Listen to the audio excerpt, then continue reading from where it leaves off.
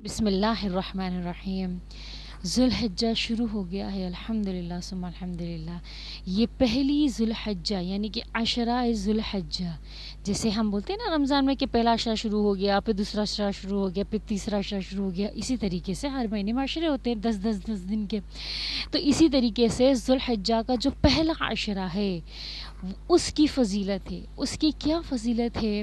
کہ پہلے دن سے لے کر ذوالحجہ کے عشرے کے پہلے دن سے لے کے یوم النحر تک، یعنی کہ عید الاضحیٰ تک، بقرہ عید تک، تینوں کا ایک ہی مطلب ہے، ٹھیک ہے۔ بقرہ عید تک اتنی فضیلت ہے، اتنی فضیلت ہے اللہ کے نزدیک، ان 10 دنوں کے اندر عبادت کرنا، چاہے وہ عبادت آپ کوئی بھی عبادت کر رہے ہو، چاہے آپ نفلی روزے رکھ رہے ہو، چاہے آپ نمازیں پڑھ رہے ہو، چاہے آپ نفلی نمازیں پڑھ رہے ہو، چاہے آپ صدقہ دے رہے ہو، چاہے آپ خیرات کر رہے ہو، چاہے آپ نفلی روزے رکھ رہے ہو، چاہے اب کچھ بھی آپ نیک عمل کر رہے ہو نا، آپ قرآن پاک پڑھ رہے ہو، آپ کوئی بھی نیک عمل کر رہے ہو نا، اس کی فضیلت عام دنوں سے زیادہ کیا ہوتی ہے؟ بہت افضل ہوتی ہے، کیونکہ صحیح بخاری میں حدیث ہے، رسول اللہ صلی اللہ علیہ وآلہ وسلم نے ارشاد فرمایا کہ ذوالحجہ کے 10 دن کی فضیلت اللہ کے یہاں عام دنوں میں کی گئی عبادتوں سے بھی زیادہ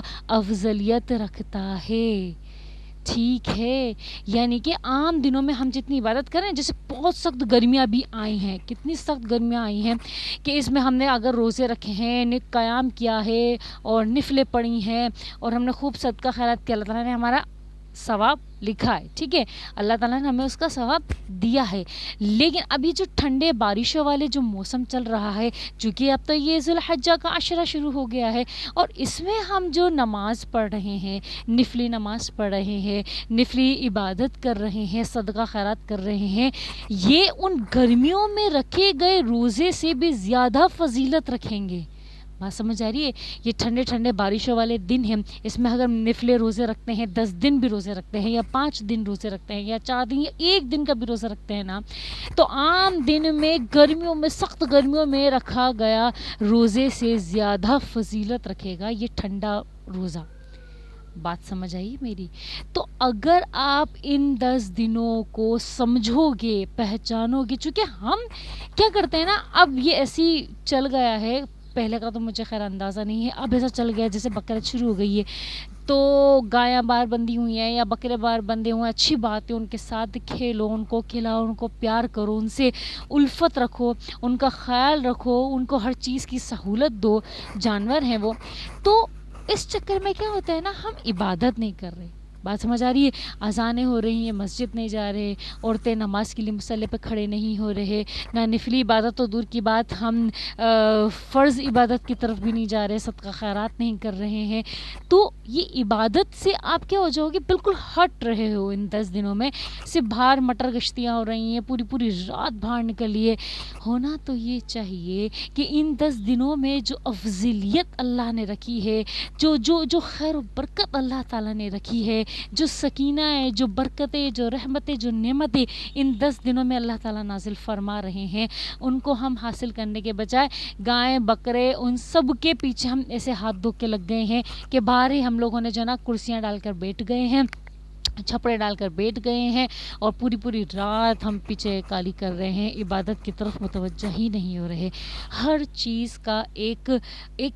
وقت ہوتا ہے، ہر چیز کو آپ اعتدال کے ساتھ لے کے چلو گے نا تو وہ فائدہ دے گی، اگر آپ اعتدال نہیں رکھو گے نا، کسی بھی چیز کی زیادتی ہوگی نا وہ نقصان دے گی۔ بات سمجھ آ رہی ہے میری؟ آپ کسی بھی چیز کی زیادتی کرو گے وہ نقصان دے گا۔ اگر آپ بہت زیادہ گائے بکروں کے اس کے اندر لگ گئے ہو اور اس چکر میں آپ نمازیں چھوڑ رہے ہو، فرض نمازیں چھوڑ رہے ہو، تو یہ زیادتی ہوئی کہ نہیں ہوئی؟ جانوروں سے محبت یہ زیادتی ہو گئی، ٹھیک ہے، یعنی کہ آپ فرض نماز سے دور ہو گئے تو یہ زیادتی ہو گئی، یہ آپ کے لیے نقصان دہ ہوگی۔ تو اس سے بہتر یہ ہے کہ اگر آپ نفلی نماز نہیں پڑھ پا رہے ہو، صرف فرض نماز ہی پڑھے ہو، تو اس کو اتنی خشوع اور خضوع کے ساتھ پڑھو، اتنی محبت کے ساتھ پڑھو کہ اللہ تعالیٰ آپ سے خوش ہو جائے، راضی ہو جائے، کیونکہ ان 10 دنوں میں جو عبادتیں کرو گے، جو نیکیاں کرو گے، اللہ تعالیٰ کے نزدیک تو بہت